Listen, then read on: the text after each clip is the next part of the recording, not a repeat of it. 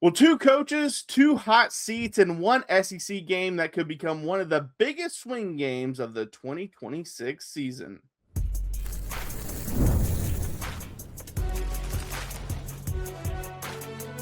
You are Locked On College Crossover, part of the Locked On Podcast Network. Your team every day. Hello, everybody, and welcome to this special Locked On crossover edition of Locked On Mississippi State. I'm Jaron Spor, joined by Chris Marler of Locked On Gamecocks.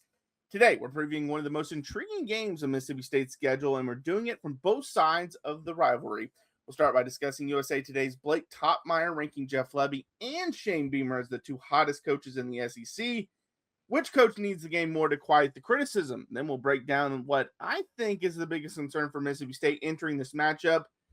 And finally, I'll give you three under-the-radar Bulldogs that South Carolina fans may not know yet, and Chris will obviously do that for Mississippi State fans as well. And everydayers, this is why you tune in to Locked On Mississippi State. We're not just looking at Mississippi State through maroon glasses. We're breaking down these matchups honestly while giving you the context that national media often misses. But yeah, so like I said, Blake Topmeyer went on the Paul Feinbaum show and threw both of our coaches under the bus. He said that they're both the hottest seats in the SEC. Talk about it from Shane Beamer's side. Yeah, I mean, I think that's fair. One, thanks for having me, dude. I'm glad we get to do this. Because I think it's a really good game. I think it's a game that we're not talking enough about in the grand scheme of things. Like where it's like, I think South Carolina fans look at this game and it's like, yeah, that's a win, and that's kind of how I don't think it's an absurd viewpoint for South Carolina fans, especially with the expectations they have for the season. But it's also one of those things where it's like, what if something happened? What if Mississippi State plays the way they did for 58 minutes last year against Texas and beats South Carolina? And then it's like, whoa, where do you go from here? The hot seat part with Shane, I think it's interesting because in 2024, that was the same conversation. But if you talk to anybody around the program, they were all very, very adamant. Like, he's not on the hot seat. Like, he just came off a good season. You got a new quarterback and, another new coordinator, all this other stuff. This year, it's 1,000% it's on the hot seat. I'm glad that they stuck with him. I thought he's really won the offseason. The hires he's made have been really, really good. The retention part of this whole thing. They went to the portal and got a massive, massive pickup with Vicari's Peak at left tackle. All the pieces are in place, but I think the interesting thing for Beamer is if you don't like what's the threshold for what he needs to be at or the bar that he needs to be at to not lose his job? Because I think that's the concern where it's like, is 7 wins enough? Like, does he need to have 8? Or is 6 enough? I think that's the concern. And I think Beamer's an easy target because of all the changes that happened last year. Like, you don't have like Hugh Freeze still on the hot seat or something. There's not many coaches on the hot seat. I hope he keeps it. I like Beamer as a person. I think he's a good coach too. But from Jeff Lebby's side, it's interesting because I didn't really think of him as on the hot seat this year. And I know he went 2-10, 5-8 in the year, 2-10 in year 1, 5-8 in year 2. But it's a slow rebuild at Mississippi State. Zach Selman and him go way back at Oklahoma, the athletic director. And so I just don't see him being on the hot seat. Now, with that being said, if there's not progress shown this year, if they go 4-8 or they go 5-7, then those conversations will be real. And you pointed out that South Carolina looks at this game as, oh, that's a win. Well, Mississippi State's kind of the same way because if they want to take that step, they have to win this game. Let me ask you this with the hot seat thing. Is the path for Lebby, just given Mississippi State's track record, if he gets fired, is he or is he not the offensive coordinator at Mississippi State 2 years from now? That's what they did with what's his name, the DC. Zach Arnett. Zach Arnett, Yeah, and honestly, and Topmeyer even brought this up in his hot seat talk. Are they two just better coordinators than head coaches? I mean, that's a real question that will have to be answered. But yeah, I think this is a fascinating matchup because I think it's two of the most dynamic quarterbacks in the country going at it. LaNorris Sellers, I love LaNorris Sellers at South Carolina. I think a lot of his fall last year was because the offensive line was just absolute garbage, and the play calling wasn't very good, and that's why you brought in Kendall Briles. And then Kamario Taylor, I think, is one of the most underrated people in college football, and I'll actually talk about his Manning Passing Academy performance a little more on tomorrow's episode, but yeah, I think it's going to be a fun quarterback battle. Yeah, I agree. I think Kamario is a really – I tried to get something out of him at the Manning Passing Academy. We sat there and talked to him for a minute down there in Thibodaux, and it was – he's coached up well. He's very articulate, like really well spoken. Like, I mean, like, which is like that's just like such a common theme now with like all the quarterbacks. It's really cool. But he was no different. He was great. And I was like, what game are you most excited about? And in my mind, as I'm saying, and I'm like, this is such a lame ass question. Don't say all of them. And he's like, all of them. And I was like, damn. Yeah. But no, so I think his situation, him being a guy that had like over 350 yards per game of total offense in the final 2 games of the year, which were really his 2 real starts. And one's against an Ole Miss defense that everyone seems to think is going to be great because of Golding. And then, obviously in the bowl game against Wake. I'm excited about him. With Sellers, I just know what he's capable of. And the thing that everyone talk about with Sellers is, and that's incorrect, is, well, it's all like his projectability and like the ceiling's high. And but he's not a good quarterback. He's not a good quarterback. And it's like, man, if it was something where we're like waiting for him to break through that ceiling or like reach his potential, this is not Jackson Arnold, right? This is not like a player like that that's like a former highly ranked recruit that just can't seem to figure it out. We saw him for 6 games in 2024 be, I think, one of the best quarterbacks in the country and light up defenses in a 6-game span against 4 ranked teams. So for him in this new offense, I just know they're going to highlight his skill set more. And not be so weirdly tethered to like just, I think, a stubborn playbook that Mike Shula wanted to run a year ago. So I'm very excited for this. This might be one of the best quarterback matchups in the entire conference when all said and done. It could play out, even though the defenses should be better. It could play out similarly to like those like Arkansas Ole Miss games from like a couple years ago with KJ Jefferson and Matt Corral. Yeah, no, it absolutely could. And it's funny you brought up the LaNorris Sellers, how you think he fits into the system better. I actually wrote an article about that for College Football HQ on SI that go back to that 2021 Arkansas season when Kendall Briles was there and they went 9-4 and KJ Jefferson looked like the next superstar. Like, I think his game will really fit what Kendall Briles does. And then obviously on the Mississippi State side, we've seen what Jeff Lebby can do especially with a running quarterback. And so I think it'll fit very well. And, thank you for sending me that video of Kamario Taylor because I'm talking about it on tomorrow's episode. But it's very similar to, one of our great sponsors, Odoo, talks about how everything has to be in a line. Yeah. That comment from Kamario Taylor reminded me of Jeff Lebby because that's what Jeff Lebby says every single week. He is if there is a picture in the dictionary of coach speak, it is Jeff Lebby because that's exactly what he's going to say. But it shows how much they're in alignment. And so Mississippi State fans should feel good about that. But yeah, no, I think coming out of this game, the hot seat will go up for one of these 2 coaches. Looking at your schedule early in the year, probably not going to stumble before this game. Mississippi State does have the Minnesota game. I think they do get through that, but if they don't, then it's really going to heat up. Yeah. But yeah, after this, like y'all's back half of the season's brutal. We have a middle stretch that's brutal. So I think it really will peak up after this game. I think that this schedule for South Carolina is really, really good for them. And I get what you're saying about the back half of the schedule. And I know we're talking about this game specifically, but there's really only 2 games I look at on the schedule that I'm like, that's a loss. And I could be wrong about that because I think I'm not saying they're going to go 10-2. I'm just saying like the A&M game, everyone's like, yeah, of course they're going to lose that. Well, they beat the crap out of them 2 years ago. And last year they were up 30-3 on them. And so it's like, they probably should have won that game. And I think there's a couple of games like that, like outside of Oklahoma and Georgia, that I think that they could be in contention for. But you're right. Like this is like, there's so much on the line for both teams. I think if they want to reach like how good their seasons can be, I think there's more on the line for South Carolina because it's like you really cannot go into this game and overlook them because if you go into the Alabama game the week after this undefeated, you've got a chance to really like you should have beaten Alabama 2 years in a row. And so if you can do that, that's great. But if you go into that game 2-1, then it's like, oh my God, then you might not leave the month of September above 500. Well, and to your point, the back half might not be brutal if South Carolina does that up and down that they usually do, which is do really good after having a really bad season. And that's why this game is so fascinating because every time I'm talking about our schedule, I'm like, I don't know what South Carolina is because if they were last year, Mississippi State's got to win that game. But if they were the team from 2 years ago, then that's a problem. Right. So, yeah, it'll be fascinating to see what happens. But when we come back, the biggest concern for Mississippi State entering this matchup is obvious. We'll also talk about what's the biggest question mark for South Carolina entering this game. It might be similar. We'll talk about that coming up next. Well, the biggest stage in world soccer is here, and every match feels like it has the potential for a memorable moment. One goal can completely change the energy of a game, shift momentum, and alter the outcome in an instant. That's what makes tournament soccer so exciting from the opening whistle to the final kick.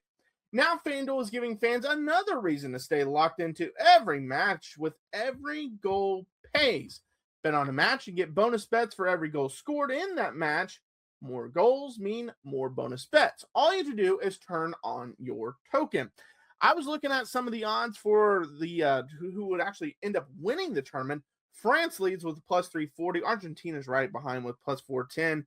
USA a little farther down the list at plus 3,500. But there's a lot of good odds out there for you, the fans. And if it was me, if I was picking a match to watch this tournament, the storyline or teams that would have my attention and why? Well, I'd be looking for those matchups where both teams are aggressive offensively, because those games, they can open up fast. The more chances being created, the more exciting the match becomes from beginning to end. And now you get to benefit from each goal scored. So those are the games you're going to want to watch anyways.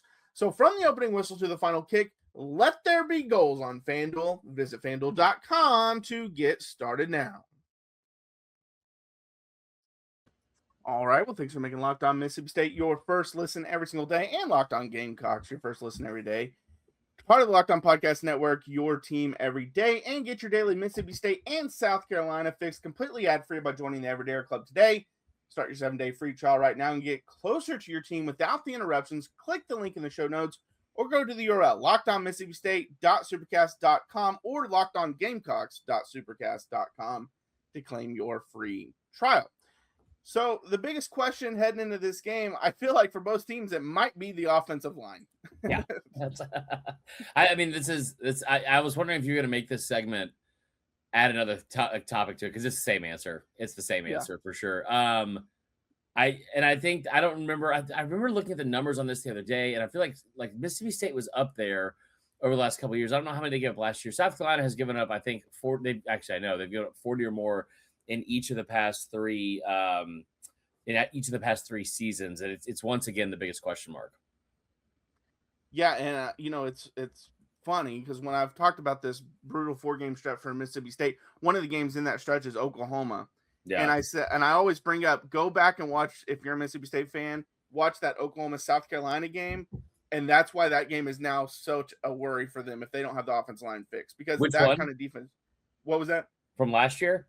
Yes, the one from last year where Oklahoma just did whatever they wanted. And it's because the offensive line was bad. And that's what Mississippi State's had the same issue.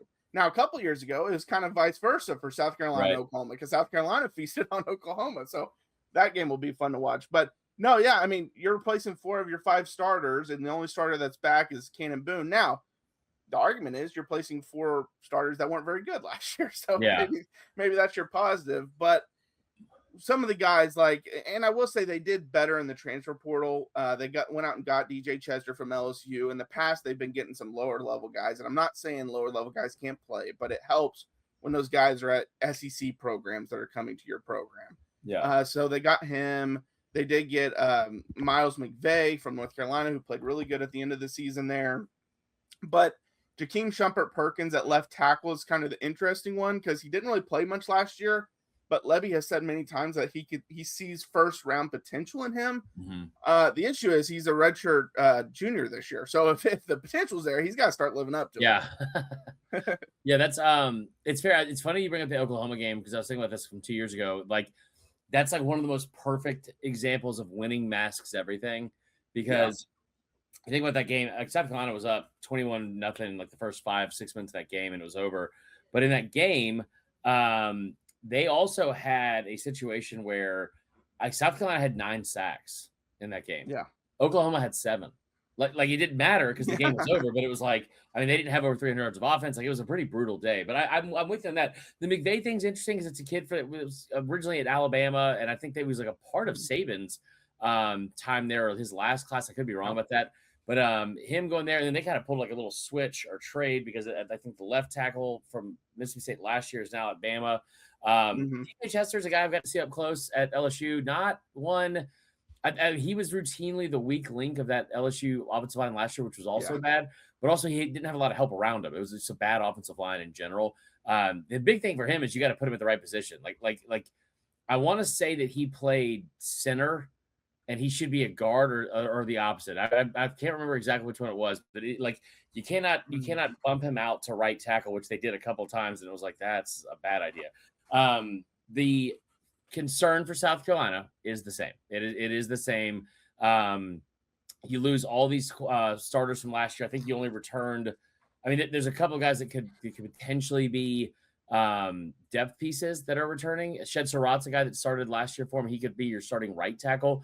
Josiah Thompson's the only one that was returning originally, and he's really underperformed his first 2 years, but also is out for the year, so he's gone as well. So they're in like, it's a mirror, image of each other. Of like, you lost a bunch of players from last year's team, but does that matter because you've had really, really bad offensive lines the past couple of years for each of these teams, and it's the kind of the beauty of the transfer portal, right? Because it's like now you can go in there and rebuild right away. And I love what you're saying because I think getting guys with SEC experience is a big deal, even if it's just from hitting the ground running and knowing what you're facing. Because like South Carolina went the opposite route. They got a majority of their guys that the turnover at the offensive line, especially over the past 2 years, have been either guys from like some Power 4 schools, but mainly lower level, either G6, some D2, some JUCO.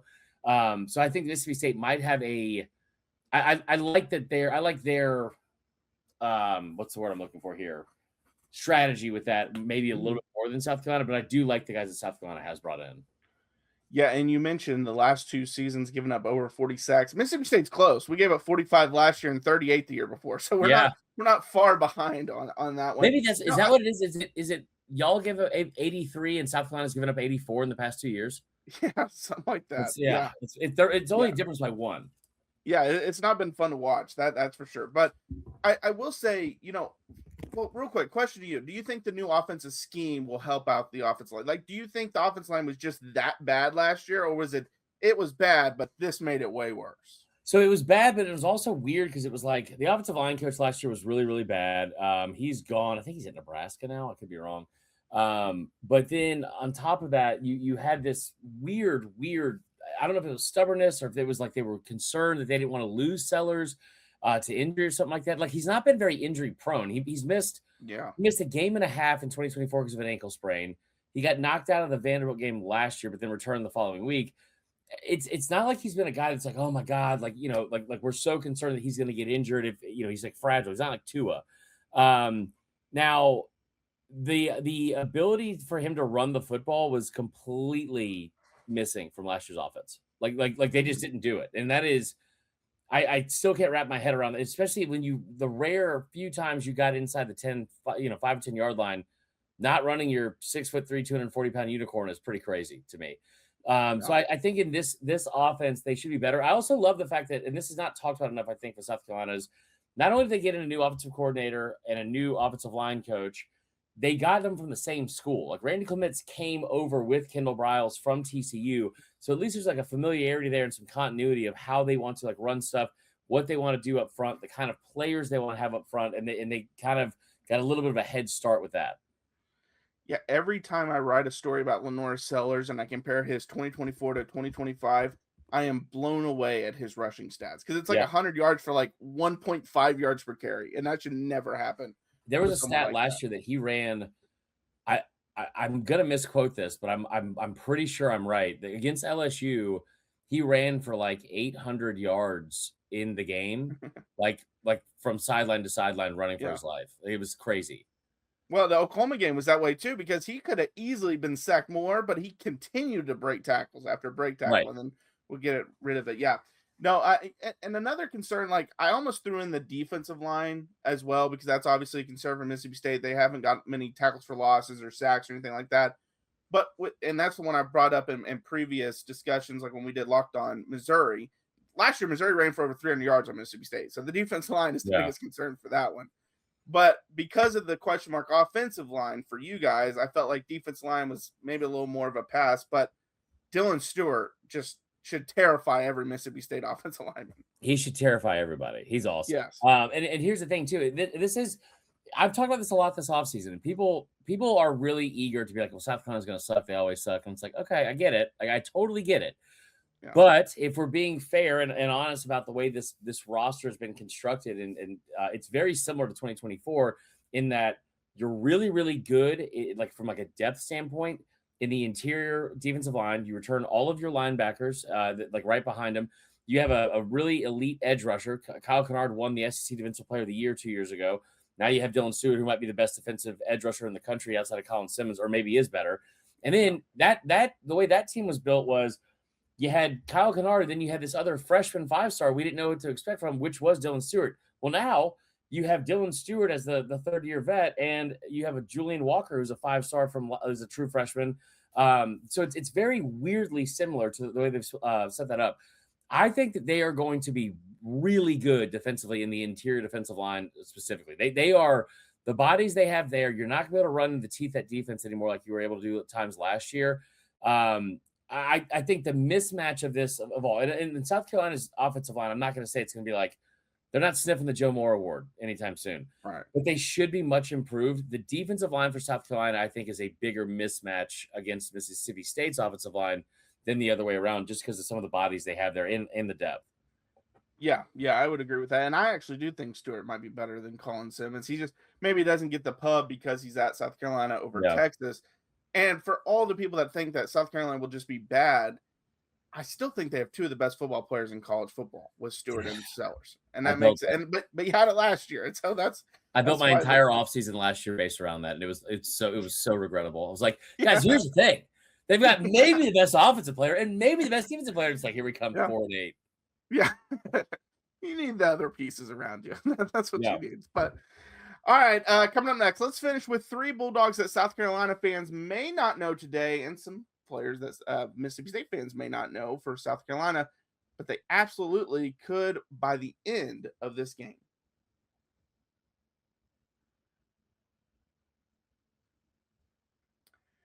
All right. Well, thanks for making Locked On Mississippi State and Locked On Gamecocks your first listen every single day. Part of Locked On Podcast Network, now the #1 sports podcast network. All right, Chris, who are some guys for South Carolina that Mississippi State fans may not know? Obviously, we know Sellers and we know Stewart. And if you play college football 27 or 26, you know who Nick Harbor is. Yeah. Like, who are some of the guys you don't know? So I'll start on the defensive side of the ball. I love their linebackers. I don't think any of them are going to be something that you like have to know about this year. It's not like that. But I'll tell you in the secondary, they've got some dudes that are going to be really good. Peyton Williams is one. He's a redshirt senior, free safety. He's going to be really good this year. The one you need to know is Vicari Swain. Vicari Swain, just casually on pace last year to start the season after the first 2 games. He was on pace for 18 punt returns for touchdown. That's how his season started. He had 3 in the first 2 games. He's really, really good. He's also a good cornerback. Can play the boundary, can play, nickel and all that kind of stuff, because they do play a 4-2-5, like a flex nickel type defense, sometimes 3-3-5, blah, blah, blah. He's on the field a lot. He's a playmaker, and he's really, really good in the return game. So that's a guy that can flip the field consistently. I'll say, man, this is tough because I think, I brought up Julian Walker earlier. I would maybe throw him in. I don't know how big of a name he's going to be this year yet, but just the way that thing was set up, like there's going to be so many people focused on Dylan Stewart. The rest of that defensive line should eat. Gabriel Brownlow-Dindy was like the number 12 overall player in the country out of high school. He was a part of that A&M class where they signed 87 5-stars and 86 of them left. So which they're doing again this year. But he was a part of that class. Massive recruit. Him, Julian Walker, the 5-star freshman, and a couple other guys. I think they should be really, really good off the defensive line. So then the last one I'll give you right now, I'll say offensively. I mean, Matt Fuller is interesting, the running back, but it's just, are they going to give him the ball? This is a kid that you want to talk about how dumb South Carolina was last year. Like if you want the perfect example of how stupid it was to watch this football team, sitting in Death Valley, Tiger Stadium, Saturday night. I'm over here covering both teams awkwardly, and Matt Fuller, running back, runs for a 72-yard touchdown to go up 7-3. He got 0 carries the rest of the first half. I don't even know how that happens. So I think that's a guy that can do that. And I'll give you the last one I'll throw out your way. I know you asked for 3, and I've given you 7. But Jaden Sellers, LaNorris' brother, he came on last year. He was a very, very good receiver for him. This receiving room is going to be much better than as a season ago because Last year, it was just Nick Harbor. This year, they have some other guys and depth pieces and starters that should be able to help open up that offense, especially with what Kendall Browse likes to do. I think those guys will be very impactful. So, And Sellers, he's more of a slot receiver, right? If I remember right. I think he can play multiple positions, but yeah. He was more like they brought him in motion a ton. I mean, like, listen, Nick Harbor's going to be close to that. He's not a one route guy.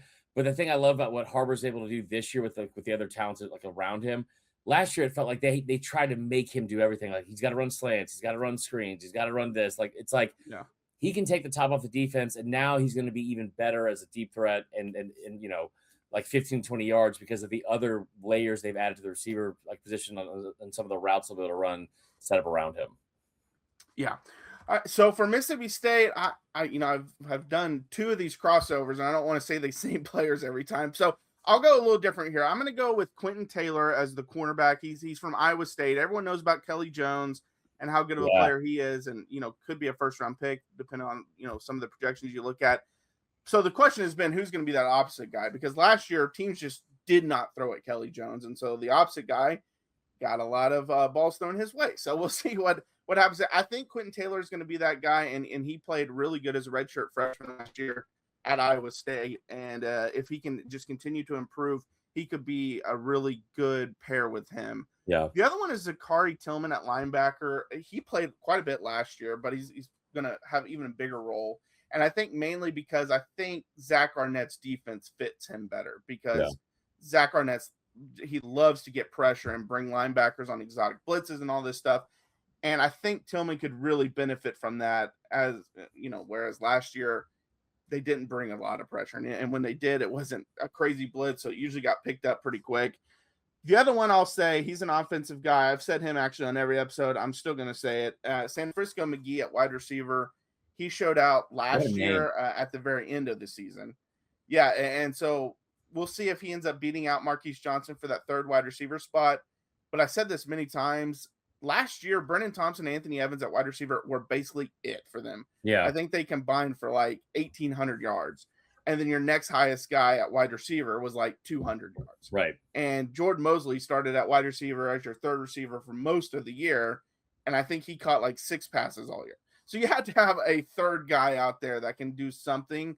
And whether it's San Francisco McGee or Marquise Johnson, Aiden Williams is another one out there. I think McGee is the one that he's at least the guy that's flashing big play ability so far. Marquise stayed at Missouri, but I'm talking about at Mississippi State. And so I think he could be a guy to watch out for. I like Marquise Johnson a lot. I think he could be like there was moments last year at Mizzou I thought he was going to break through, but for the past 2 years they've had like 2 guys that got like a bulk of the passes. Yeah, I agree.